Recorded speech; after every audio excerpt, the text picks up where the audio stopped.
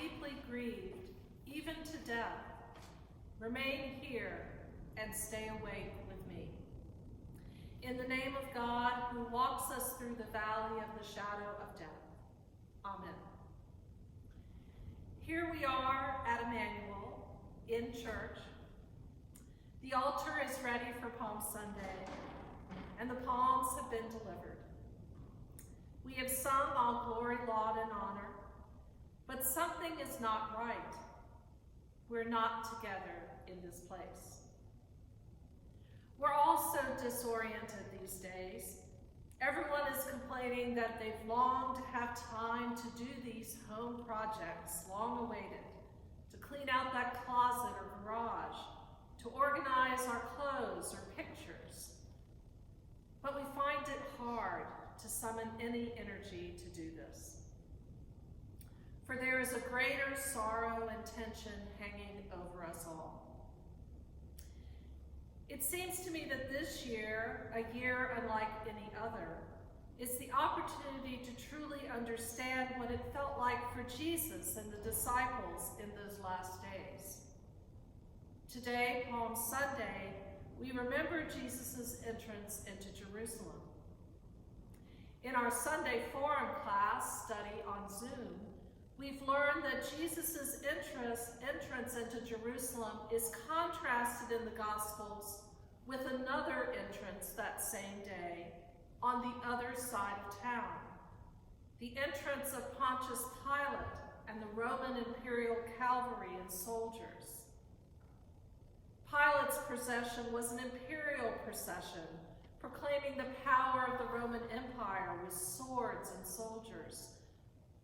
Jesus' procession was a peasant procession, proclaiming the kingdom of God. The two processions embody the central conflict that leads to Jesus' death on the cross. Jesus comes as a leader who models nonviolent speaking of truth to power, that seeks to lift up the downtrodden, to right the injustices in the Roman and temple systems. But Jesus knows that speaking the truth will lead to his death. And he tries to tell the disciples that for them too, being a disciple of the way means to make oneself vulnerable to the powers that would destroy us. Jesus tried his best to have the disciples know that this was the way of the cross, and a way that leads to new life. But what did the disciples do? The crowd that had been following Jesus, they turn on him. They leave him. They go into hiding. Jesus was deserted. The disciples let their fear take over, and that is such a very human thing to do. We always have a choice when fear comes to call, to desert, to armor ourselves, or to be vulnerable and stay together. Today we know the fear of being vulnerable to a virus that we don't quite understand. So we come to this time in the church year when we enter the greatest story of human vulnerability, Jesus' journey to the cross, Holy Week. This year I'd like to call Holy Week Holy Pause, P-A-U-S-E. It's true that every year after the reading of the Palm Sunday Gospel, we leave church singing, "Were you there when they crucified my Lord?" And we take a holy pause for the next week.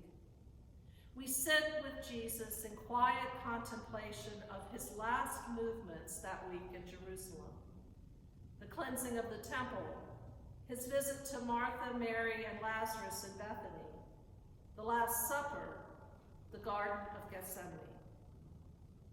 We end the week in a place of sadness and despair at the foot of the cross. The disciples are scattered, hiding in fear. The women wait at the tomb. There is is a holy silence awaiting the next disaster to unfold.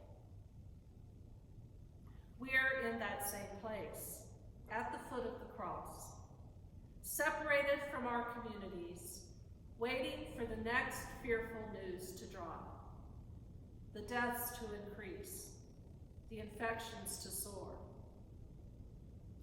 Can we enter this week as Holy Week, Holy Pause, see the scriptures and the liturgy anew, more deeply, and glean the wisdom which has been sought for centuries all over the world in times of testing and crisis, plague and war.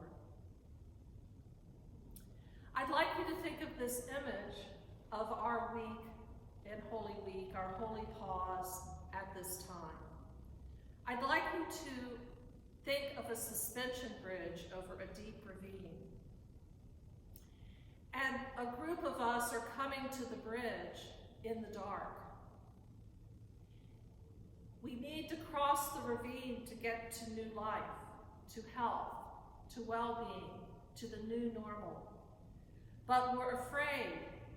We say we've never been here before, we've never done this before, and none of us knows what in the world we're doing. We're afraid to walk onto the suspension bridge, which we know as we walk will sway and make us feel unbalanced. Dangerous beyond compare, but we're called to cross the bridge. It's said that the future that we enact depends on the inner place from which we operate. So we have a choice as we cross into this next future. Do we choose a place of fear and desertion, of armoring ourselves, or a path of courageous and vibrant life? On the suspension bridge, in order to get the suspension bridge under control when many people are crossing, you have to stop.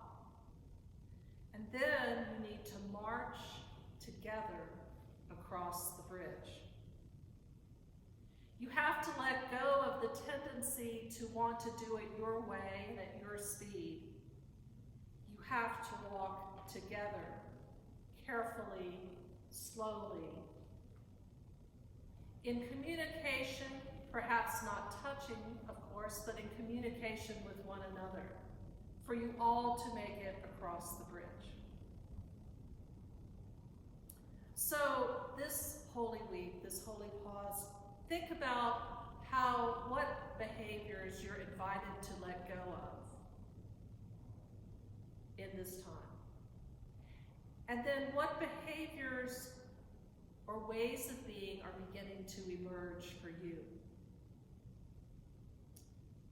We can choose fear, anger, and frustration, or we can choose to let those go. We can choose a gentle, warm kindness in all things, a working in tandem with our neighbors, even though physically distant. The next time we'll record is for Maundy Thursday and the stripping of the altar. And before we strip the altar, we'll remember the Last Supper together. Having a meal together, the most intimate of things, with your family, your partner, or even your pets, is a holy pause for so many throughout our life.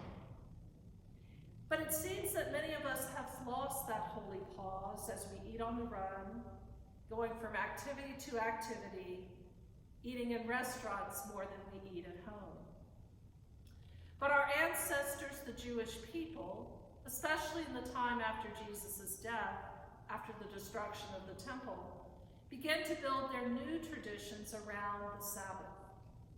Always an important part of Judaism, but highlighted after the destruction of the temple by a holy pause from sunset to sunset, beginning Friday evening.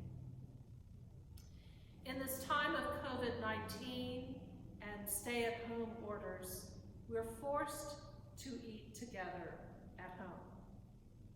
What if we made our meals, at least one a week, a Sabbath meal? For Sabbath clears the space for resurrection to be born.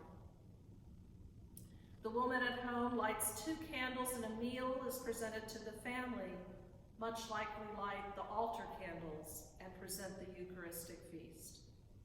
A pause in each week to enter holy space. At the end of a Sabbath, a single braided candle is lit, which symbolizes the intricate patterns of work, family, God, and life in the world. But for a time, all of that falls away. We are in the midst of God's love. This week, as we pause together, try to pause over a meal for a moment, holding one another in God's love, being vulnerable with one another, talking about our fears, but also our hopes and dreams. I'm wondering if maybe God is trying to transform this time of global suffering with a holy pause, a world Sabbath. In that, God is finding a way for us to give resurrection a time to be born. I'd like to end with this Jan Richardson poem, Blessing in the Chaos, as a blessing to all of you. To all that is chaotic in you, let there come silence. Let there be a calming of the clamoring, a stilling of the voices that have laid their claim on you, that have made their home in you, that go with you even to the holy places, but will not let you rest, will not let you hear your life with wholeness or feel the grace that fashioned you. Let what distracts you cease. Let what divides you cease. Let there come an end to what diminishes and demeans, and let depart all that keeps you in its cage. Let there be an opening into the quiet that lies behind the chaos, where you find the peace you did not think possible, and see what shimmers within the storm. Amen.